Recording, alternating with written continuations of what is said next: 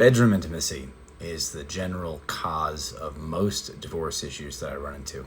Here's the classic scenario. When the man and woman are dating, they're both into each other. He's taking her on a lot of dates, and she is very interested in him in the bedroom. Then they get married, they start living with each other. He stops taking her on dates, stops courting her.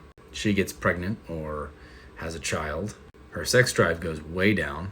She's not interested in him in the bedroom anymore. His feelings are now hurt. He feels rejected. So he starts to withdraw. Then her feelings get hurt. She feels unloved.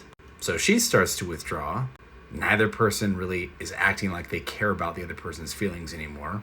Oftentimes the wife becomes very involved in providing for the child. Husband often withdraws in many cases and spends time on his phone or playing video games. Wife becomes very angry and hypercritical of his behaviors. He feels nagged and judged and unloved and rejected. And they just go on like this for years.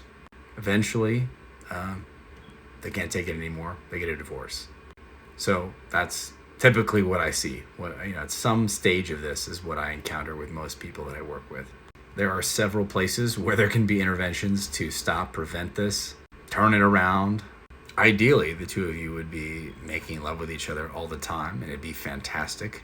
Ideally, the two of you would be going on dates regularly. Ideally, both of you would be helping around, working around the house, sharing household responsibilities evenly. This usually doesn't happen. Consequently, people are miserable and they get divorced. I have specific solutions to these problems, and that's why I put together my marriage course.